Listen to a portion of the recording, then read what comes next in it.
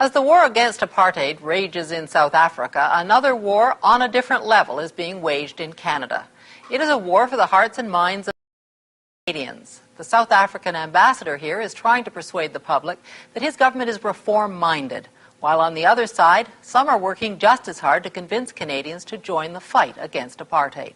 As the journalist Susan Harada discovered, both are locked in a battle to sell the cause. There are two stories coming out of South Africa because there are 2 points of view. There's the story of black frustration with the system, the violence which has killed hundreds. The funerals leading to more violence and more funerals. And on the heels of the protests and the world pressure, there's the government's story, the pledges of reform, even a promise to release the jailed black leader Nelson Mandela. So with the world watching, the struggle goes on, the push-pull between government and anti-apartheid forces. And in the middle, there's confusion, as each side tries to convince us in turn that a new day is dawning or that the old one is far from over. We're the party of liberty. We're the party of hope in South Africa. We have been fed a diet of wonderful promises which have never been fulfilled. It's a struggle which goes beyond the borders of South Africa, a debate which is being echoed the world over.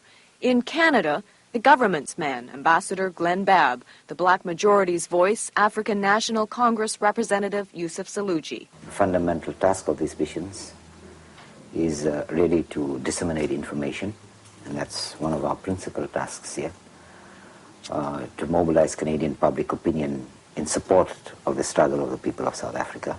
We're all Africans, and we've dedicated ourselves to that continent. That's the most important thing to put across to Canadians. In Canada, the South African government's cause begins here in Ottawa, number 15 Sussex Drive, right across the street from the Prime Minister's residence.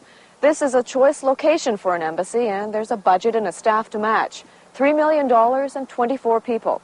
But all of that may not count for much when you're trying to sell one of the most unpopular causes in the world.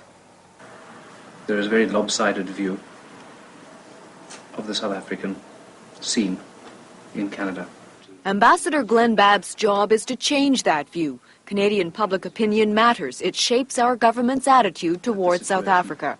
So Babb spends hours crafting personal replies to every letter received by the embassy. No task is too small for this Oxford scholar. He's spent his entire career defending his country and his way of life. Babb gets help from the embassy's Wesley Johannesson. In South Africa, he's part of the coloured race. In Canada, the embassy considers him an effective spokesman. His duties include scanning the newspapers for any South African stories. Each morning, a media service provides up-to-date transcripts from TV and radio newscasts across the country. Johannesson pinpoints every story of importance. He overlooks nothing because the media is a valuable barometer of how Canadians are feeling. Later at the daily meeting, the stories will be dissected and strategy will be carefully mapped out. The big story, of course, is the Catholic delegation. Today, like most days, the South African government is under fire. A Canadian church group has just returned from South Africa, openly critical of what it saw there. The embassy's problem, how to neutralize this blow to its government's image. The partiality of the reports and the obvious lack of objectivity must be brought out in our responses. In some cases, letters to the editor will be fired off, or special releases will be sent out to a target group of about 500 businessmen, politicians, and journalists. Those who Babb feels may give him a chance to defend his government's actions. Well, as I say, the great number of people in Canada are curious, and they wish to be informed. Unfortunately, it appears that the Canadian public has been malinformed very often. I think Canadians are no fools. They can see with their own eyes, they can hear, they can read, and no matter how much you try to justify apartheid, it's a very, very difficult task. But it's not always easy attacking apartheid either. Yusuf Saloojee was forced into exile because of his work for the African National Congress. Now his only contact with his homeland comes through news reports or telexes sent from ANC headquarters in Zambia. Saloojee works in a small office in Toronto, and unlike the embassy, he claims he has little money.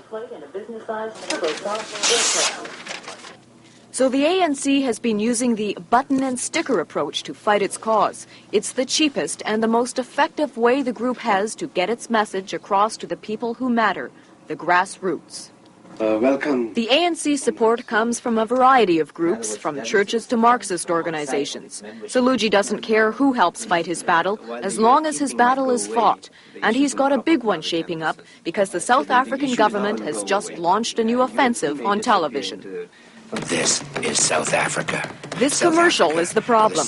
Slick and smooth, it deals with the South African issue by not dealing with it at all. The message is subtle, but the intent is clear. And although some TV stations have refused to run this ad, it is being aired on others. This is definitely part of the new offensive of the South African embassy. Definitely is. There's no question about it. The problem is how to deal with it. I mean, are we now going to ask those who support us, the anti-apartheid forces in Canada, to challenge that by going to the television stations and demonstrating? Or should we encourage organizations and institutions and anti-apartheid forces to write to these television stations?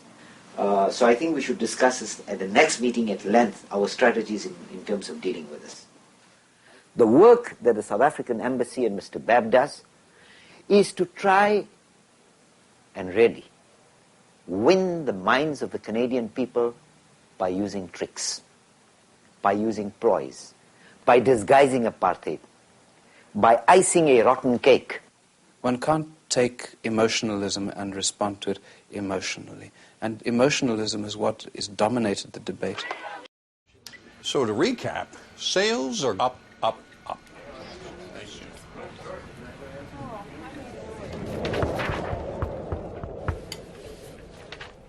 Hi. I was hoping we could set up a meeting. It's a good-looking boy. This is so exciting. You've got ambition. Visit ontario.ca/readysetwork to build skills, start a business, or find a job. You know what never gets old? More distance, hotter faces. Would you like more forgiveness? Why, yes, thank you. And hopefully you won't mind walking farther to your ball. The new X2 Hot Driver. It's longer, faster, and more forgiving. And that never gets old. Emotions certainly dominated a recent event at the University of Toronto. For months, there was bitter debate over whether Ambassador Babb should be allowed to speak there. When he finally was invited, he wasn't made welcome. Like Coriolanus, I find no pleasure in standing before a howling mob. But there is a necessity that reason prevail over unreason and knowledge over ignorance. It was a bizarre audience he faced of students, many bearing silent protest to his presence, and security men, protection from the threats which are always part of his public appearances. These people hear South Africa wants change, but on its own terms.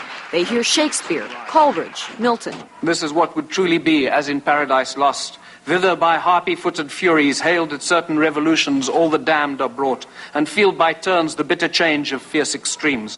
Tom Reed is a media consultant and image maker.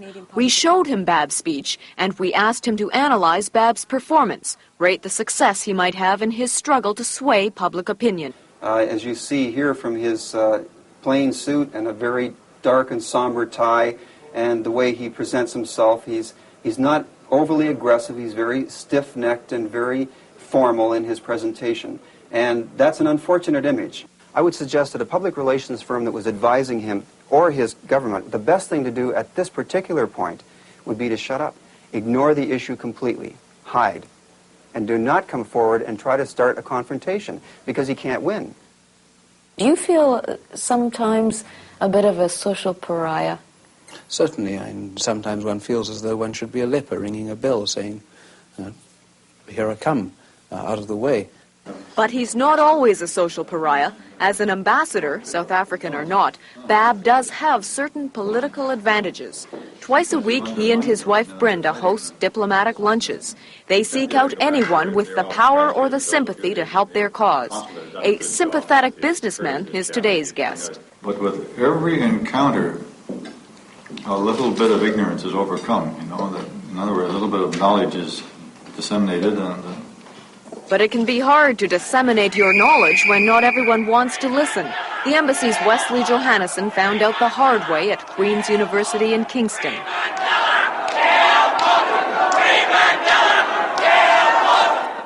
Those who had opposed inviting Johannesson to Queen's interrupted him before he even began. He was finally able to deliver his government's message when the protesters left to continue their rally outside.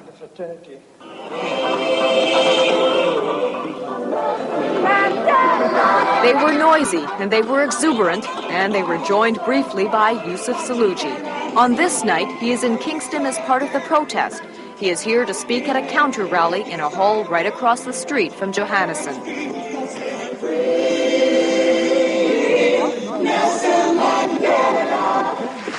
It's a rally deliberately organized as a slap in the face to Johannesson. The audience is warm because tonight, as with most nights when Saloojee speaks, those in the hall are already true believers. Apartheid is very much alive. It cannot be killed by those who created it. It can only be destroyed by a people's struggle. Saloojee talks about that struggle against apartheid. He talks about the African National Congress. He tells them why the ANC turned to violence. He says the violence is justified if it's the ANC fighting back.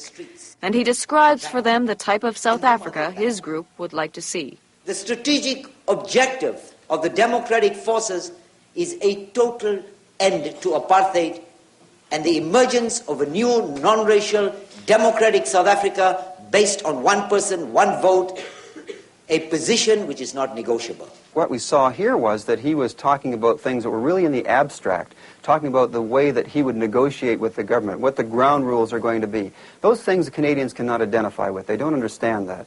All they know is that if they're watching television, if you saw on the French network recently where a black man was chased into a backyard and then hacked to death with a machete, that kind of image is much stronger than anything that Saloojee can do with his speech. Saloojee's got to do a lot with his public relations program to make it effective. I'm not interested in myself.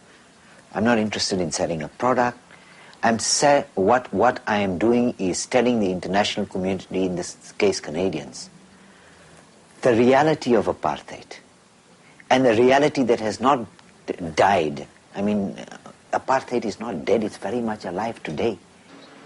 From a public relations point of view, Glenn Babb and Yusuf Saloojee may have a lot to learn.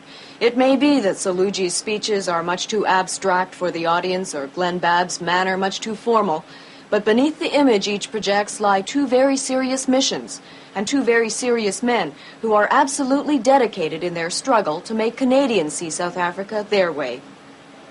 As Alan Paton said, if the nations of the West condemn us, they will only hinder the process of our emancipation from the bondage of history. But if they stay with us, rebuke us and encourage us, the chances are we shall do better. Your continued pressure like the one tonight and your demand for divestment, economic sanctions, the boycott of South African products assists our cause. We feel assured that looking at this audience, we have no doubt that we can count on your support, that together we'll get rid of apartheid. Amandla.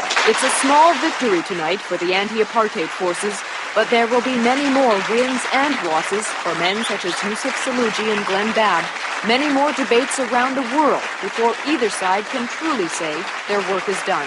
For the Journal, I'm Susan Harada.